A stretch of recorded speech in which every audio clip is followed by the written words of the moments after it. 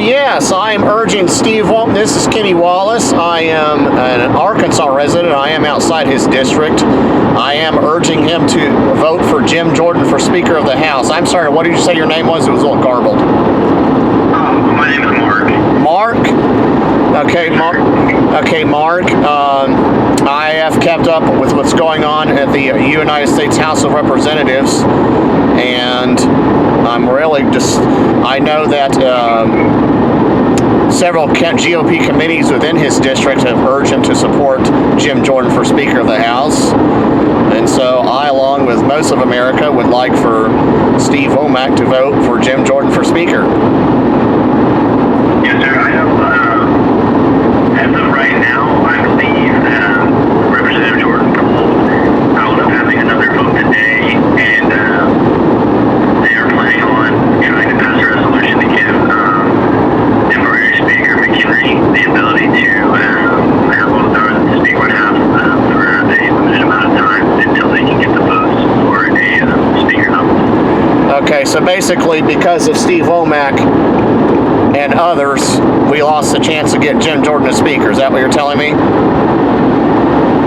of right now, yeah, Speaker Jordan has not withdrawn from his nomination, so yeah, I believe from what I've seen in the news and different things like that, he plans to try to win the votes before it would come back to the floor. And I'm not sure what the timetable on that is either. I don't know how long they're going to give McHenry and the power, or if it'll even pass through the House, but that seems like the next step of the authority right now. Okay. Now, I know Dave Elzic's show has tried to reach out to his office to get him to show up to explain his actions.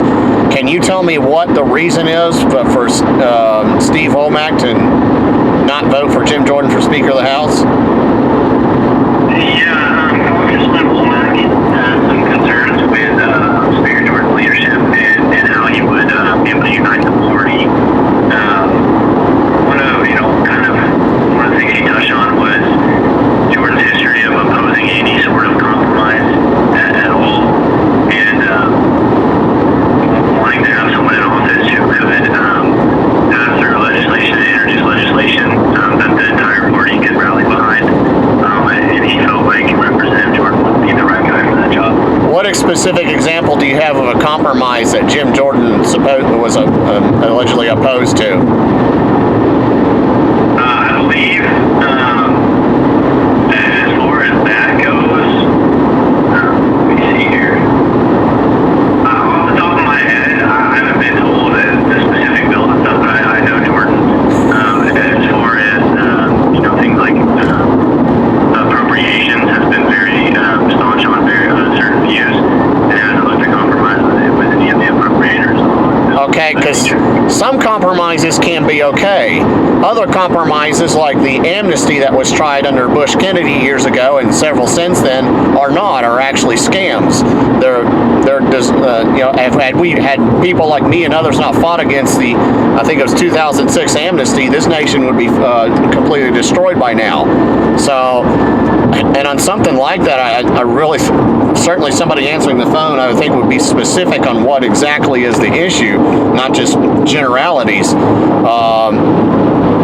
Yeah, that's very disturbing. And at this point, we need people that are not going to compromise on certain principles. I mean, I know Reagan had his 80-20 rule, but that doesn't. I can't think of a thing off the top of my head that Jim Jordan was against that I would say would be, well, maybe we could compromise on. So, yeah, that doesn't seem like a reason. It seems like more the real reason is, wanting some kind of position of power or some other backroom deal that we don't know about. It just doesn't seem like there's a real specific. I mean, because if there was something specific, like a specific bill, you and probably everybody else would probably know about it.